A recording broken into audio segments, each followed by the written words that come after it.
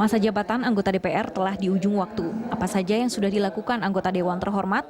Mereka yang dipilih rakyat seharusnya membawa aspirasi dan mewakili rakyat. Anggota DPR Republik Indonesia digaji dari uang rakyat. Independent Parliamentary Standard Authority dan IMF merilis, gaji anggota DPR RI menduduki peringkat keempat gaji anggota Dewan tertinggi di dunia. Jika dihitung, gaji para anggota Dewan ini 18 kali lipat pendapatan per kapita penduduk Indonesia. Apa yang sudah dilakukan wakil rakyat untuk rakyatnya? Badan Kehormatan DPR mencatat tingkat produktivitas DPR dalam legislasi tidak pernah mencapai 45% dari yang ditargetkan. Bahkan untuk tahun ini saja dari target 66 undang-undang yang akan dibuat, baru 3 undang-undang yang dapat diselesaikan hingga akhir Februari. Daftar hadir yang diharapkan sebagai indikator terkecil untuk mengukur kinerja anggota Dewan saja hingga kini belum dibuka ke publik. Badan Kehormatan DPR hanya memberikan data rata-rata kehadiran tanpa menyebutkan nama anggota Dewan. Sebagai gambaran, 3 partai besar di DPR, fraksi Partai Demokrat dengan 148 anggotanya, BK mencatat hanya 42 orang yang selalu hadir di sidang paripurna.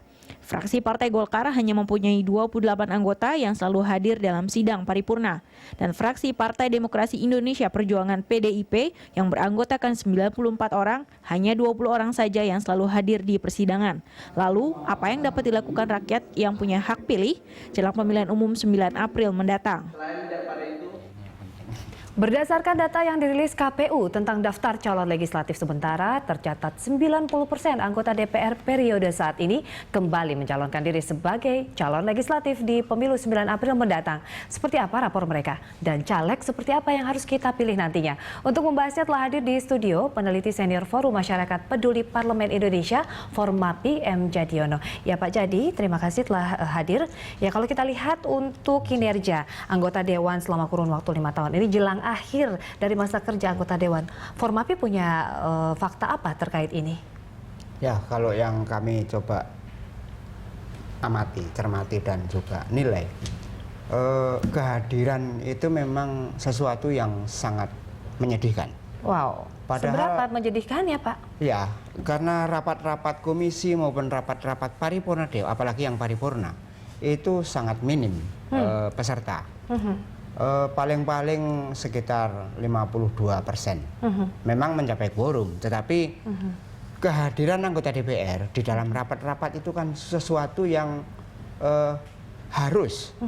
Kenapa? Karena dia memang mewakili rakyat. Betul, dan kalau tugas mereka tidak hadir ya rakyat saja yang langsung datang ke gedung DPR untuk bersidang sendiri. Betul. Ngapain Pak, harus ada wakilnya? Pak Jadi, kalau kita lihat tugas dan juga kewajiban anggota DPR kan kita tidak lupa juga bahwa sebagai Dewan Legislatif membuat undang-undang dan itu memang targetnya kan. Ya. Kalau tadi dari rilis yang kita bacakan di paket sebelumnya, 45% tidak pernah mencapai target. Nah ini kan menyedihkan dong Pak. Ya.